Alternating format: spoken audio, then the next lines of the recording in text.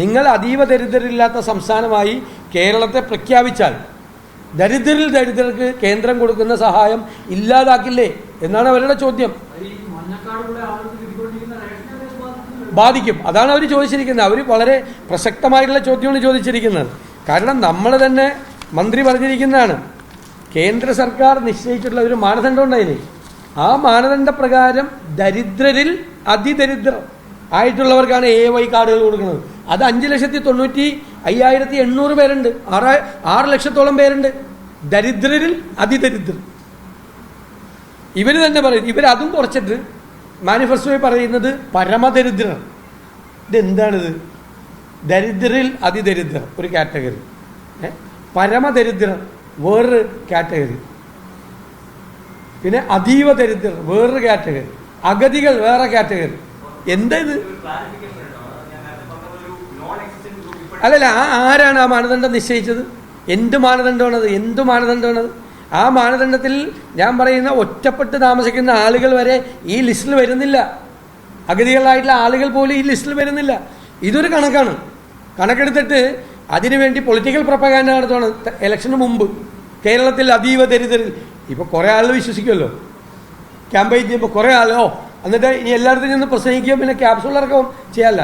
അതീവ ദരിദ്രരില്ലാത്ത സംസ്ഥാനം എന്നുള്ള നേട്ടം നേടിയ കേരളത്തിനെ കുറിച്ച് പറയാമല്ല, ക്യാമ്പയിൻ ക്യാപ്സൂൾ ഇറക്കാമല്ല. അപ്പോൾ പരമദരിദ്രരും ദരിദ്രരിൽ അതിദരിദ്രം അവിടെ നിൽക്കുകയാണ് നോക്കിക്കൊണ്ട്. ഇത് ആരാന്ന് ചോദിച്ചുകൊണ്ട്.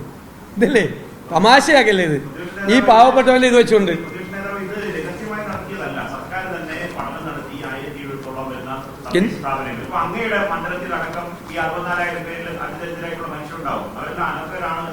എന്ന് പറഞ്ഞ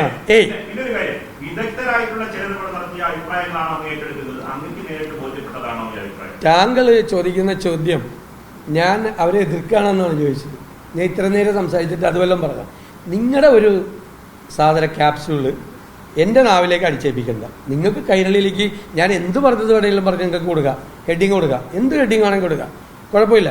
ഞാൻ ഇത്രയും നേരം സംസാരിച്ചിട്ട് ഇവിടെ ഇരുന്ന ഏതെങ്കിലും മാധ്യമ പ്രവർത്തകരോട് ഞാൻ ഈ 64,000 പേർക്ക് കൊടുത്ത ആനുകൂല്യം തെറ്റായിരുന്നു എന്ന് പറഞ്ഞോ?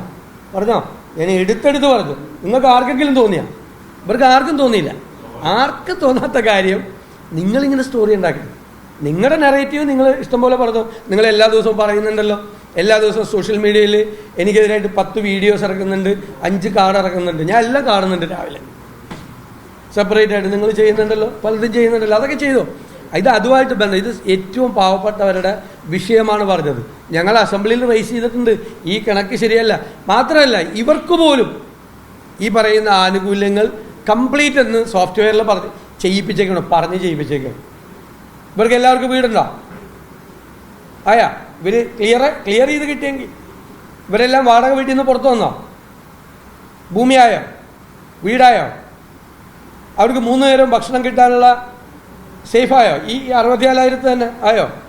അവരുടെ ആരോഗ്യം ഫ്രീ ആയിട്ടുള്ള കംപ്ലീറ്റ്, അവരുടെ ഒന്നും ചെയ്യാൻ നിവൃത്തിയില്ലാത്തവരല്ലേ, 1 രൂപ കയ്യിലില്ലാത്തവരല്ലേ, അവരുടെ ആരോഗ്യം കംപ്ലീറ്റ് ഫ്രീ ആയിട്ട്, ഫ്രീ ഓഫ് കോസ്റ്റ് ആയിട്ട് കംപ്ലീറ്റ് ചെയ്യോ? വെറുതെ ഈ രാഷ്ട്രീയ പ്രചരണം തെരഞ്ഞെടുപ്പ് നടക്കുന്നതിന് മുമ്പ് ഇപ്പോഴാണ് പാവപ്പെട്ടവരെ കുറിച്ചും ആശാ വർക്കർമാരെ കുറിച്ചും അംഗൻവാടിയെ കുറിച്ചും ക്ഷേമോധികാരെ കുറിച്ചൊക്കെ ആലോചിക്കുന്നത്. ഇലക്ഷൻ പ്രഖ്യാപിക്കാൻ വേണ്ടി ഇലക്ഷൻ കമ്മീഷൻ ഇറക്കിയപ്പോഴാണ്.